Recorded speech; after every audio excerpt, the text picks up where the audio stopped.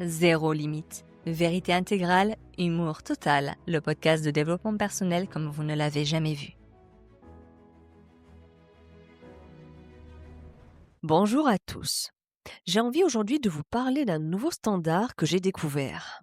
L'insolente vitalité du marché de la carpette humaine. Étrange, n'est-ce pas? On assiste à une véritable professionnalisation de l'autodépréciation. C'est un concept marketing assez sympa, lucratif et surtout indémodable. Il s'agit de transformer sa dignité en paillasson pour s'assurer que personne ne vienne jamais vous demander de prendre des responsabilités. Si vous vous humiliez préventivement, vous tuez le marché de la critique. C'est pas mal, c'est plutôt sympa. C'est la stratégie de la terre brûlée appliquée à l'ego. On observe une recrudescence d'individus qui font de leur maladresse ou de leur supposée nullité une marque de fabrique, presque un produit de luxe. Je suis tellement nul est devenu le je suis quelqu'un d'important. C'est une forme de narcissisme inversé absolument fascinante. On attire l'attention en se roulant dans la boue pour forcer les autres à devenir nos sauveurs ou nos infirmiers.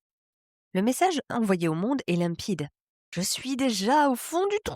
Ne me demandez rien. Ne m'attendez nulle part. Je suis occupé à avoir honte de ce que je crée et de ce que je suis.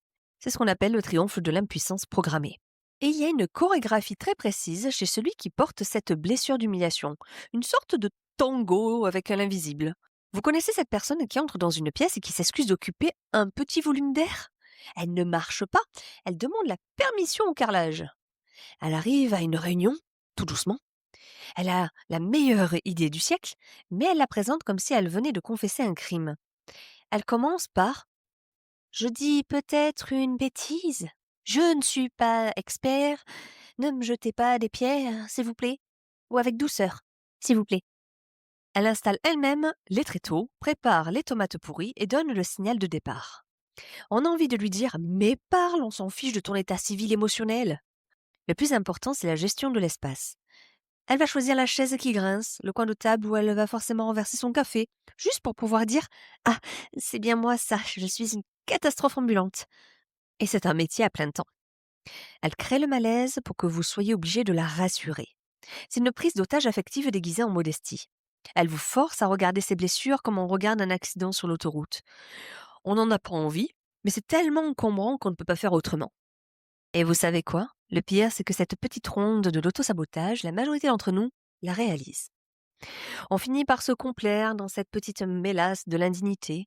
On se crée des scénarios où l'on va forcément passer pour un idiot. On accepte des invitations où l'on sait que l'on n'a pas notre place, juste pour savourer ce petit frisson de malaise quand on se sent moins que rien. On s'habille de manière à ce que ça gratte, à ce que ça soit moche, à ce que ça ne nous mette pas du tout en valeur, mais surtout pas, hein. Ce serait le pire des crimes. En résumé, on se punit d'être un être vivant. On se retrouve souvent dans des relations où l'autre nous méprise un peu, et au lieu de partir, on se dit « Enfin quelqu'un qui voit ma vraie nature !» On prend le mépris de l'autre pour une preuve de lucidité. On devient le complice de notre propre dégradation, et on appelle ça être simple ou ne pas avoir la grosse tête. Alors qu'on est juste en train de s'arracher les ailes une par une pour être sûr de ne jamais avoir à voler. On préfère être le bouffon dont on rigole que le leader que l'on respecte. Parce que le bouffon ne lui demande jamais de rendre des comptes sur ses résultats. Alors mon message, zéro limite. Il est temps de sortir du confessionnal. La blessure d'humiliation, peut-être qu'on vous la vend d'habitude, c'est une excuse pour rester un enfant blessé. Mais la vérité est plus dérangeante. Ton masochisme est une protection contre ta propre puissance. Tu t'humilies pour ne pas avoir à briller, parce que briller demande une droiture que tu n'as pas encore le courage d'assumer. Ta honte est ton bouclier. Si tu es moche, si tu es nul, si tu es humilié, alors tu es intouchable. On ne peut pas faire tomber quelqu'un qui est déjà par terre. Tu as fait de ton infériorité une forteresse. S'aimer, ce n'est pas se pardonner d'être une victime, c'est cesser d'utiliser sa souffrance pour manipuler l'opinion des autres. C'est reprendre sa dignité comme on reprend les rênes d'un cheval sauvage. Tu n'as pas été humilié par la vie, tu as utilisé des événements pour valider ton refus de grandir. L'humiliation est un choix de posture, pas une fatalité biologique ou une mémoire karmique qui traîne.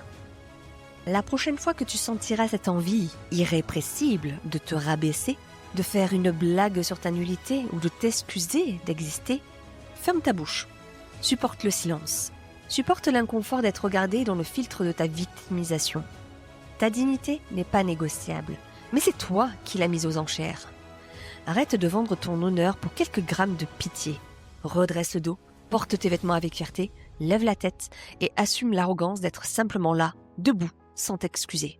La souveraineté commence quand tu cesses d'être ton propre bourreau pour obtenir l'amnistie du monde. Alors mes souverains en herbe, avancez et essayez de vivre autrement pour une fois.